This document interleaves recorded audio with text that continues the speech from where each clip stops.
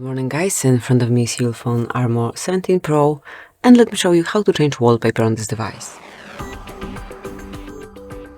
So at first open the settings, then find and select display, and here click on wallpaper. Now go to system wallpaper and choose the picture that you want to apply as your home screen.